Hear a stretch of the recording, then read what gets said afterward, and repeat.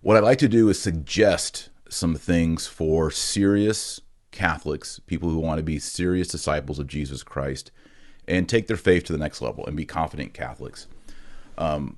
Another thing that you can do, this is something that Joy and I do, and people might think it's cheesy, but I'm going to throw it out there anyway because it might be helpful. And that is, we create an Excel sheet and we have our dreams on this Excel sheet. And we divide them into three categories. We have having, these are things that we want to get. Doing, these are things that we want to start doing. And then being, these are characteristics, qualities that we want to be as a married couple, as parents, and as just persons, as Christians. So having could be, you look at the next year, either with yourself or your family or your spouse, and you say, I would like by the end of the year to have a new minivan. What goals, smart goals, SMART, can we set up for that to happen? Or I would like to get my dress shoes resold. It's not an expensive thing. In fact, it's good stewardship. Don't buy new shoes. Just get your old shoes resold.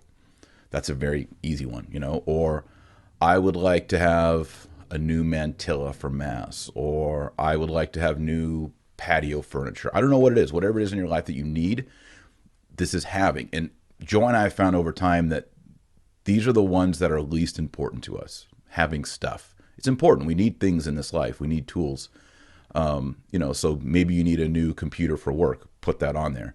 But the really important ones are the doing and then the being. So examples of doing would be, okay, I want to be practicing the rosary every day for 2020.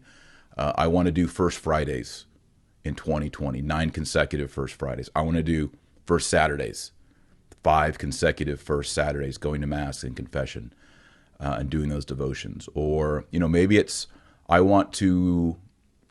one of my goals is to be an author, first-time author. So you say, I want to write 300 words a day or write 15 minutes every single day. That's something that you doing. I want to run a total of 15 miles a week. That's doing. And then the last one, and like I said, which is the most important, and that is being. Maybe it is, I want to be a parent, have my first child. I want to be married. I want to be a priest or a religious. I want to, I mentioned before, be an author. These are the really big ones. And these are, as my dad used to tell me as a kid, every major success in life is the accumulation of thousands of smaller good decisions. So you don't just, become a successful grandparent after 50 years or more. That's not random. That was literally tens of thousands of good decisions that led up to that moment of being. And so I think these are the most important ones. You ask, who do I want to be? And of course, be a saint. But maybe more attainable things along the way. And this will help you set up, what do I need to do? And then if necessary, what do I need to have? Okay, so now I want to go through some Catholic traditional things that you may need to have, do, or be during 2020. And this is, take what you want, leave what you don't want. I'm going to begin with a calendar. So I have 2 calendars here. I hope I do. Thought I brought, yes. Everyone's been asking me, Marshall, you keep mentioning the calendar you use. What is it? Where do I find it? So the calendar that I use for 2019 is this calendar. It's called the All Saints Roman Catholic Calendar. And I purchased it from St. Gertrude the Great in Ohio, which, by the way, is a Sedevacantist church. Now, let me give some clarifications here.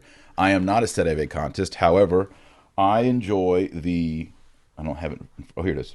The Father Lassant's Daily Roman Missal. This is the missal that I use. And I've done a whole video of it on here on YouTube. What is the best Latin Mass Missal? And this is the one that I think is the best. And it's based on the books of 1945. 1945. So it has the old pre-55 Holy Week in this book. So if you're using this book, and there are some differences on the rubrics of the calendar of the year. So if you're using this book, you need a calendar that also does the pre-55 rubrics. And that's why I use this calendar from St. Gertrude the Great, because it matches up with the missal that I like to use. Now, if you're using the 1962 books, for example, the Angelus Press Missal, the Fraternity of St. Peter's Missal, those missals, which I use as well, but I just prefer the Father Lassance, I really recommend the Angelus Press calendar. This is the 2020 calendar. It's gorgeous, really high quality, as you can see. And what I like about both calendars, here's how it looks. Thank you, Angelus Press, for sending this to me for free. And I've used their stuff before, so it's not like I'm doing this because they sent it to me. I'm not getting anything from it. I just like it. Is you'll see on both calendars, right over here are the fishes. That tells you on these fasting days, is it obligatory fasting abstinence, traditional abstinence, traditional day of fasting and abstinence, etc., etc. Lots of great details here. Way to go, Angelus Press. All the traditional saints' days, according to the 1962 books. It's in the great art, and it's sturdy. We hang this. This is hanging in our kitchen right now because I haven't got St. Gertrude the Great. I haven't got my new. I ordered 3 of these for 2020. This is the 19. This one as well, which follows the 1945. Also has some pretty nice art. It's not as stunning as the Angelus one. And it also has fishes in here, but this just follows the 1945. There's not the traditional options that the Angelus has. Both of them are great. Can't go wrong. If you just want an easy one, I would say right now get that Angelus Press one, and you're good to go. So you need a good calendar. You have to keep time. We Catholics have rhythms. We have saints' days. If you have children, you should be celebrating your children's saints' days. So if you have a Jude on the Feast of St. Jude, y'all should have his favorite meal or maybe some ice cream or cupcakes or something. And you're not going to remember any of that stuff unless you have one of these calendars, a traditional calendar, hanging next to the stove or next to the refrigerator, on the refrigerator, and you look at it every day. And it becomes a custom. You say, oh, today is such and such day. Wonderful. Or, oh, next week this is coming up when you need to prepare for that. Or, oh my goodness, Advent is only 3 weeks away. This is what you need.